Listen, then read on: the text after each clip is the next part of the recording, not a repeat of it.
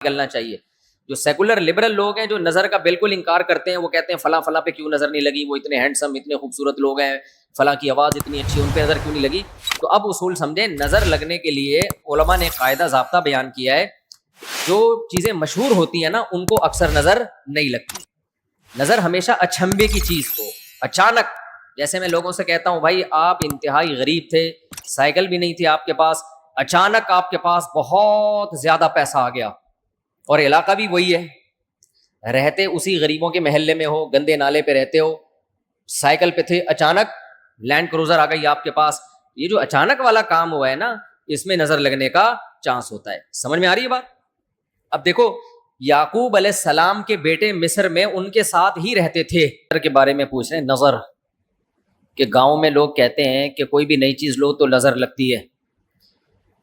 دیکھو اس میں نظر تو برحق ہے, لگنے کا امکان ہوتا ہے, لیکن ہر وہ چیز جس کا امکان ہو ضروری نہیں ہے کہ وہ لازمی ہو بھی جائے. امکانات کی دنیا تو بہت بڑی ہے نا, اس میں افراط اور تفریط ہے. کچھ لوگ تو ایسے ہیں جو نظر کے وجود ہی کو نہیں مانتے, وہ کہتے ہیں نظر سرے سے لگتی ہی نہیں ہے. اور کچھ لوگ کہتے ہیں ایسے ہیں کہ اس میں بہت مبالغہ کرتے ہیں, ان کو ہر وقت لگ رہی ہوتی ہے ان کے رائے کے مطابق کہ اس کو لگ گئی, اس کو لگ گئی, اس کو لگ گئی, یہی چلتا رہتا ہے پروگرام. تو نہ اس میں وہمی بننے کی ضرورت ہے اور نہ نظر کا انکار کرنا جائز ہے ہمارے لیے. جو لوگ نظر کا انکار کرتے ہیں نا, وہ ہیں سیکولر لوگ, لبرل لوگ, جو شریعت کو نہیں مانتے. وہ کہتے ہیں اس کی کیا دلیل ہے؟ بھائی ہمارے پاس دلائل, مشاہدہ بھی دلیل ہوتی ہے, لیکن وحی خود دلیل ہے ہماری نظر میں. وحی جب نبی صلی اللہ علیہ وسلم نے بتا دیا کہ العین حق, نظر برحق ہے, تو ہمارے لیے یہ بھی ایک دلیل ہے. اب کوئی رسول کو مانتا ہی نہ ہو, اللہ کو مانتا ہی نہ ہو, تو وہ نہ مانے, وہ اس کا ہیڈیک ہے. ہم کوئی سائنسدانوں کو مجبور تھوڑی کر رہے ہیں کہ آپ نظر کو مانو. سائنسدان جنت مانتے ہیں کہ جنت ہے؟ جواب دینا. سائنسدان مانتے ہیں موت کے بعد دوبارہ زندگی ہے؟ یہ سائنس کا ٹاپک ہی نہیں ہے بھائی, سائنس یہاں تک پہنچی نہیں ہے. تو نظر تو برحق ہے, کوئی بھی اچھی چیز ہو, کوئی بھی بہت ہو, تو اس میں چانس ہوتا ہے کہ نظر لگ جائے. نبی صلی اللہ علیہ وسلم نے فرمایا اگر کوئی چیز تقدیر پر غالب آ سکتی تو وہ نظر ہوتی, اور نظر اونٹ کو ہانڈی تک پہنچا دیتی ہے. اچھا والا اونٹ ہوتا ہے, نظر لگی گیا.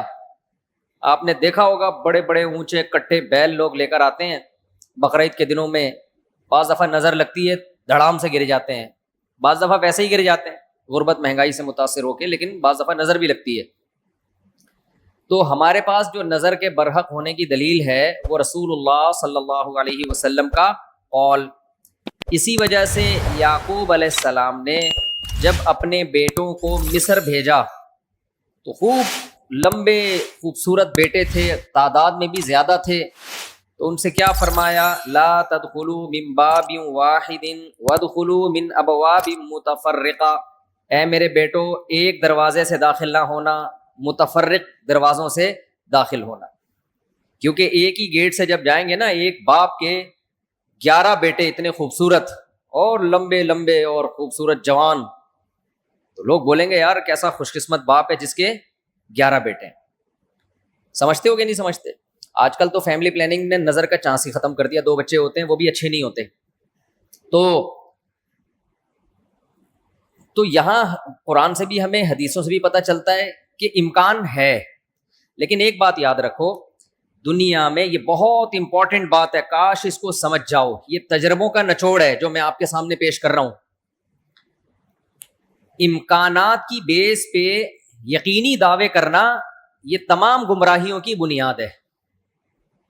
جادو کا بھی امکان ہوتا ہے, کسی پہ جادو ہو جائے, ہزاروں میں کسی ایک پہ, لیکن روحانی عامل کے پاس جب آپ جاؤ گے کہے گا آپ پہ بھی جادو, آپ پہ بھی جادو, آپ پہ بھی جادو, آپ پہ بھی جادو. جب آپ کرو گے نا کہ بھائی مجھ پہ جادو کیسے ہے, تو کہے گا کیا جادو برحق نہیں ہے؟ سمجھ میں آ رہی ہے بات؟ ڈاکٹر یہ بدماشی کبھی نہیں کرتا. آپ ڈاکٹر کے پاس جاؤ, آپ کے گردے میں پین ہو رہا ہے, وہ چیک کرے گا کہ گیس کا پین ہے یا پتھری کا پین ہے, کیونکہ ڈاکٹر اس کا علم ہے باقاعدہ. وہ کبھی یہ نہیں کہے گا کہ پتھری ہے، بس تکا مار دیا. بھائی ڈاکٹر صاحب پتھری کا پین کیوں ہے؟ تو وہ جواب میں کیا گردوں میں پتھری ہوتی نہیں ہے کیا؟ آپ بولو گے ہوتی تو ہے، میرے ہے یا نہیں ہے مجھے تو یہ تو بتاؤ. حالانکہ گردوں میں پتھری ہونے کا جتنا چانس ہے نا، جتنی پرسنٹیج 100 میں، جادو کی اس سے بھی کم ہے. ہزاروں میں کسی ایک پہ ہوتا ہے جادو. لیکن عاملوں کے پاس جب آپ جاؤ، یہاں الحمدللہ کچھ عامل ہیں جو میرے خلاف ایک فل پروپیگنڈا شروع کیا ہوا ہے. اتنی خوشی ہوتی ہے مجھے، میں آپ کو بتا نہیں سکتا. جب عامل میرے خلاف بولتے ہیں اتنی خوشی ہوتی ہے، اور میں کہتا ہوں کمبختو تمہارے پاس جادو چڑیل جن بھوت، تم میرے خلاف بولتے کیوں؟ نقصان پہنچا دو یار تم. تو اس سے ان کا کمزور ہونا اور ثابت ہو جاتا ہے کہ یہ ان تلوں میں تیل نہیں ہے. خیر میں نظر کے موضوع کو مکمل کروں، کیونکہ روحانی عاملوں کی بات آتی ہے تو مجھے ان کے خلاف بولنے میں سا خون بڑھتا ہے میرا، ایک دم جوش میں آ جاتا ہوں. ایسا لگتا ہے کچھ نہیں بھی کھایا ہو پاور آ جاتی ہے باڈی میں. ان کے خلاف بولنے میں مزہ بہت آتا ہے. صرف مسجد کا تقدس ہے، باہر آؤ تو اس طرح نہیں بولوں گا، انگلش میں بھی گالیاں دوں گا، پنجابی میں بھی، اردو میں بھی. یہاں بڑے بڑے عامل ہیں جو بڑے پنپ رہے ہیں، اور ہمارے بڑے بڑے مولانا جا کے نا ان کو پروموٹ کر رہے ہیں، بے شرموں کو، ان بے غیرتوں کو. خیر فی الحال اتنی گالی کافی ہے. تو اچھا میں کیا کہہ رہا تھا یار، عاملوں کے ٹاپک آتا ہے تو اتنی خوشی ہوتی ہے. جی نظر کی بات کر رہا تھا میں. تو نظر میں جو ہے نا لگنے کا چانس ہوتا ہے، یہ ہے. لیکن چانس سے فائدہ اٹھا کے ہر ایک کو یہ کہنا کہ تم پہ جادو ہے، تم پہ نظر ہے، تم پہ یہ ہے. ڈاکٹر یہ کام نہیں کرتا. شوگر کا چانس ہوتا ہے آپ کو کہ شوگر ہے، لیکن یہ تو نہیں کہ ڈاکٹر جب تک کمپلیٹلی تحقیق نہ کر لے، ڈاکٹر نہیں کہے گا تمہیں شوگر ہے، تمہارے گردوں میں پتھری ہے، تمہارے پیٹ میں یہ مسئلہ ہے. حالانکہ امکانات تو ہوتے ہیں. لیکن آپ یہ جو ڈرامے باز لوگ ہیں نا روحانی عامل، ان کے پاس جاؤ گے نظر ہی لگی ہوئی ہے آپ کو. لازمی کیا لگی ہے؟ کیونکہ جب کسی کے پاس کوئی فن نہیں ہوتا، علم نہیں ہوتا، تو وہ سب کچھ جانتا ہے. پھر سمجھ رہے؟ ڈاکٹر کے پاس علم ہوتا ہے کڈنی کا، لہذا تحقیق کرے گا، 100 میں 2 کو کہہ دے گا تیرے گردے خراب ہیں. عاملوں کے پاس چونکہ جن چڑیل بھوت کا علم ہوتا ہی نہیں ہے، لہذا ہر ایک پر جن بھی ہے، چڑیل بھی ہے، اور بھوت بھی ہے، اور نظر بھی ہے، اور موکل بھی ہیں، اور حمزات بھی ہیں، اور پتہ نہیں کیا کیا ہے ڈرامے بازی. سمجھتے ہو؟ جب ان کو بولو کہ کیا دلیل ہے، تو بھائی امکانات کی دنیا میں امکان کہ فلانے پہ لگ گئی تھی، فلاں پہ لگ گئی تھی، تو خوب سمجھ لو امکانات کی بیس پہ یہ کہنا کہ ابھی دیکھو ایک مولانا صاحب کا کلپ آیا، انہوں نے کہا کہ نبی صلی اللہ علیہ وسلم نے فرمایا کہ ہر بیماری کی دوا اللہ نے رکھی ہے دنیا میں، یہ صحیح حدیث ہے. پھر انہوں نے ایک دوا بتائی کہ یہ شوگر کی بہترین دوا ہے.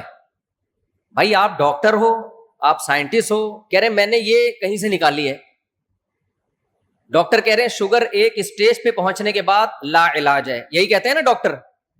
بھائی شوگر ایک اسٹیج پہ پہنچ جائے تو وہ کیا ہو جاتی ہے؟ اب ٹھیک نہیں ہو سکتی، کنٹرول کرنی پڑے گی، لبلبا ٹھیک نہیں ہوگا آپ کا.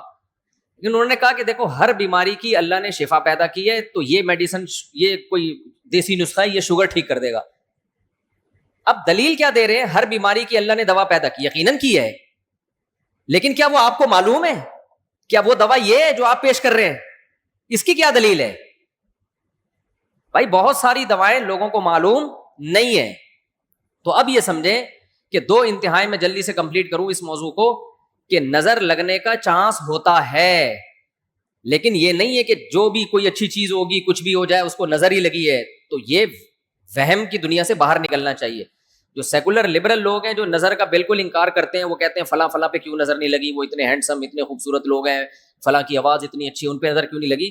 تو اب اصول سمجھیں، نظر لگنے کے لیے علماء نے قاعدہ ضابطہ بیان کیا ہے کہ جو چیزیں مشہور ہوتی ہیں نا ان کو اکثر نظر نہیں لگتی. نظر ہمیشہ اچھمبے کی چیز کو اچانک، جیسے میں لوگوں سے کہتا ہوں بھائی آپ انتہائی غریب تھے، سائیکل بھی نہیں تھی آپ کے پاس، اچانک آپ کے پاس بہت زیادہ پیسہ آ گیا، اور علاقہ بھی وہی ہے، رہتے اسی غریبوں کے محلے میں ہو، گندے نالے پہ رہتے ہو، سائیکل پہ تھے، اچانک لینڈ کروزر آ گئی آپ کے پاس. یہ جو اچانک والا کام ہوا ہے نا، اس میں نظر لگنے کا چانس ہوتا ہے. سمجھ میں آ رہی ہے بات؟ اب دیکھو یعقوب علیہ السلام کے بیٹے مصر میں ان کے ساتھ ہی رہتے تھے، سوری مصر میں نہیں، شام میں ساتھ رہتے تھے. وہاں یعقوب علیہ السلام نے نظر سے بچنے کا یہ والا اہتمام ہمارے علم میں نہیں ہے کہ بچوں کو کہو دروازے سے الگ الگ جایا کرو، ایک ہی دروازے سے. لیکن جب مصر جا رہے ہیں نا، اجنبی جگہ ہے، وہ لوگ یعقوب علیہ السلام کے بیٹوں سے مانوس نہیں ہیں، وہاں یعقوب علیہ السلام نے کہا ایک نئی جگہ پہ جا رہے ہو, اچانک اتنے بیٹے جب لوگ دیکھیں گے نا خوبصورت, وہاں چانس ہے. تو اس سے پتہ چلتا ہے کہ اپنی نعمت کو آہستہ آہستہ ایکسپوز کرنا چاہیے. سمجھتے ہو کہ نہیں سمجھتے؟ آہستہ آہستہ کیا کرنا چاہیے؟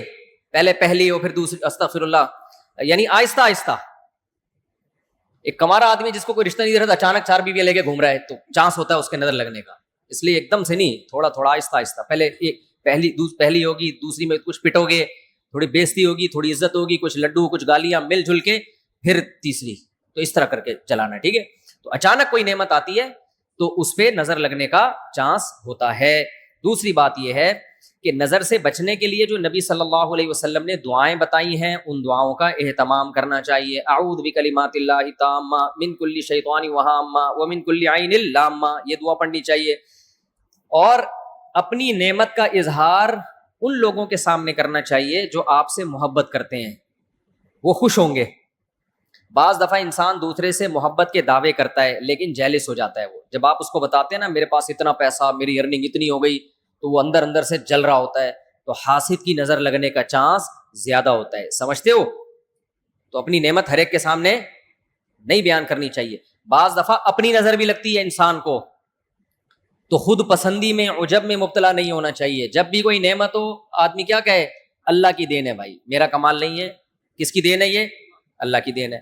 تو ان چیزوں کے اہتمام سے نظر کا چانس کم ہو جاتا ہے. باقی عاملوں کے پاس نہ نظر کا کوئی علاج ہے سوائے مسمرزم کے. دماغ کو کنٹرول کر کے کچھ الٹی سیدھی چیزیں آپ کی کھوپڑی میں ڈال دیتے ہیں, تو اس سے آپ سمجھتے ہو کہ میں ٹھیک ہو رہا ہوں. ٹھیک نہیں ہوتے, آپ مینٹلی تھوڑا سا کیا ہو جاتے ہو, مطمئن ہو جاتے ہو. اور ان کا اپنا دماغ بھی خراب ہوتا ہے, آپ کا بھی دماغ خراب کرتے ہیں. سمجھتے ہو؟ اچھا, میں جب عاملوں کے خلاف بولتا ہوں, لوگ کہتے ہیں یہ 2 نمبر عاملوں کے خلاف ہے. بالکل غلط بات. میں 1 نمبر عاملوں کے خلاف, یہ ذہن میں رکھو. 2 نمبر کو تو میں لفٹ ہی نہیں کراتا. میں ان عاملوں کے خلاف ہوں جن کو علماء بزرگان دین سمجھتے ہیں کہ بہت بڑی پہنچی ہوئی چیز ہے یہ. میں ان کو 2 نمبر سمجھتا ہوں. یہ کخ بھی نہیں کر سکتے. سمجھتے ہو؟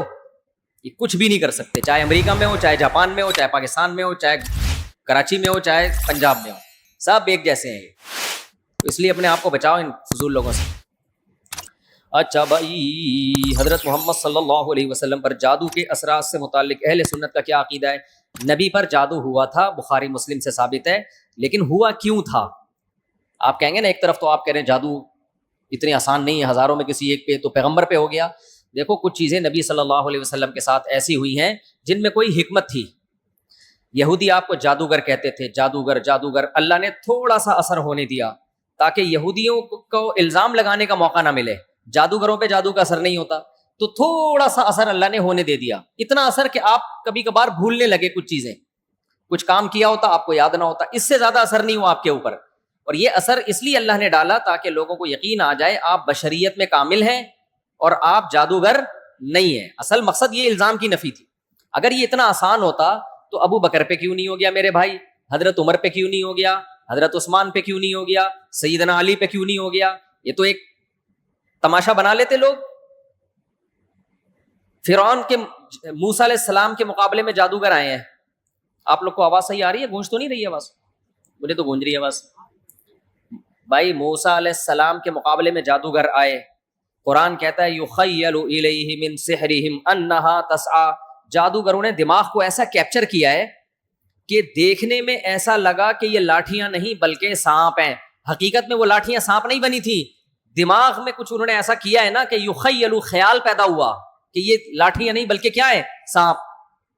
دیکھو انبیاء کے دماغ کو ایسے کیپچر نہیں کیا جا سکتا, لیکن اللہ نے یہاں ہونے دیا. موسیٰ علیہ السلام کو بھی ایسا لگا کہ یہ لاٹھیاں نہیں بلکہ کیا ہے, سانپ ہیں.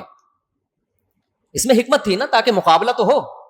اب سوال پیدا ہوتا ہے جب موسیٰ علیہ السلام مقابلہ جیت گئے, فرعون نے دھمکی دی جادوگروں کے کہ تمہارے ہاتھ پاؤں کاٹ کے میں قتل کر دوں گا, تو جادوگر وہی رسیاں دوبارہ فرعون کی طرف پھینک دیتے کہ تو قتل کر کے دکھا ہمیں. کیا خیال ہے بھائی؟ یا وہ فرعون پہ جادو کر دیتے. ہوا جادو فرعون پہ؟ بولتے کیوں نہیں؟ مجھے تو لگ رہا ہے آپ لوگ پہ ہو گیا. نہیں ہوا نا فرعون پہ جادو. بھائی جادوگر ہزاروں جادوگر تھے, سینکڑوں تو تھے ہی. انہوں نے سوچا کہ یار تو ہمیں دھمکی دے رہا ہے, انتر منتر کلی کل انتر ہو جا منتر چھو. یوں کرتے فرعون ٹیڑھا ہو جاتا. فرعون کی ساس کو کچھ چیزیں سکھا دیتے. کیا خیال ہے؟ جٹھانی فرعون کی زوجہ جو تھی حضرت آسیہ رضی اللہ عنہا, ان کو کہہ دیتے کہ تم اپنی ساس سے کچھ کروا دو, یا جٹھانی سے وغیرہ وغیرہ جو بھی ہے. تو ایسا نہیں ہوتا بھائی. فرعون نے دھمکی دی اور ہاتھ پاؤں کاٹ کے ان سب کو شہید کر دیا, کچھ بھی نہیں ہو سکا. ایسا نہیں ہوتا. جادوگروں کو ایک ماحول چاہیے, اسی میں وہ سب کچھ کرتے ہیں. تو یہ ہم سے زیادہ کمزور ہوتے ہیں, ان سے ڈرنے کی بالکل ضرورت نہیں ہے. دنیا میں سب سے کم اگر ڈرو نا تو عاملوں سے اور جادوگروں سے سب سے کم ڈرا کرو. جیسے کہ پولیس والے ان سے بالکل بھی نہیں ڈرتے. اکثر آپ نے دیکھا ہوگا ریڈ پڑتی ہے نا پولیس والوں کی عاملوں کے پاس, تو پولیس والے جاتے ہیں, پولیس میں جو گٹکا کھانے والا ہے نا وہ اٹھا کے لے آتا ہے عامل کو, تھانے میں بند کر دیتا ہے. عامل اس کا کچھ بھی نہیں بگاڑ سکتا. سوچو, جو عامل ایک گٹکا کھانے والے پولیس والے کے سامنے کچھ نہیں کر سکتا, وہ اس عامل کی پوری ٹیم کو اٹھا کے لاک اپ کر دیتے ہیں یہ لوگ. وہ سنگدل محبوب تمہارے قدموں میں کہاں سے لا سکتا ہے؟ وہ سنگدل محبوب تمہارے قدموں میں کہاں سے لا سکتا؟ تو یہ دنیا کے سب سے کمزور, سب سے ضعیف قوم روحانی عامل ہوتے ہیں. لیکن دماغ کا کھیل ہے سارا, تو لوگ ان سے ڈر رہے ہوتے ہیں. نہیں ڈرو تو آپ طاقتور ہو, سمجھتے ہو. آج مجھے ایسا لگ رہا ہے گلوکوز کی 3 بوتلیں چڑھا لی میں نے, اور عاملوں کے خلاف بولتا ہوں اتنی, کیونکہ عامل میرے خلاف بہت سرگرم ہو گئے ہیں آج کل. ابھی علماء کا ایک وفد گیا کسی عامل کے پاس, وہ وفد پہلے میرے پاس آیا, گپ شپ ہوئی, بیٹھے, میں نے ان کو رات کو کھانے کی دعوت دی. انہوں نے کسی سے ملنے جا رہے تھے, مجھے نہیں پتا کسی عامل کے پاس گئے. اس عامل نے میرے خلاف اتنا بولا کہ انہوں نے میری دعوت ہی کینسل کر دی کہ یار یہ مفتی صاحب تو 2 نمبر ہے معاذ اللہ. انہوں نے اپنی طرف سے اس عامل کی باتوں میں آ کے, تو جب انہوں نے کسی نے مجھے بتایا, میں نے کہا اچھا ہے, اللہ نے تمہاری قسمت میں یہ عامل رکھے ہوئے ہیں, تم جیسے فضول لوگوں سے اللہ نے مجھے نجات دے دی, تاکہ میرا کھانا تمیز والے عقل مند لوگ کھائیں. جو عاملوں سے متاثر ہو تو اس بیچارے کا مینٹل لیول کیا ہوگا آپ سوچو. میں نے کہا میں ایسے مولویوں کی بالکل بھی ضرورت نہیں ہے جن کا مینٹل لیول یہ ہے کہ چڑیل بھوت بھگانے والوں سے متاثر ہو کے آتے ہیں. یہ تو مینٹل لیول ہے آپ کا. دلائل سے کے بجائے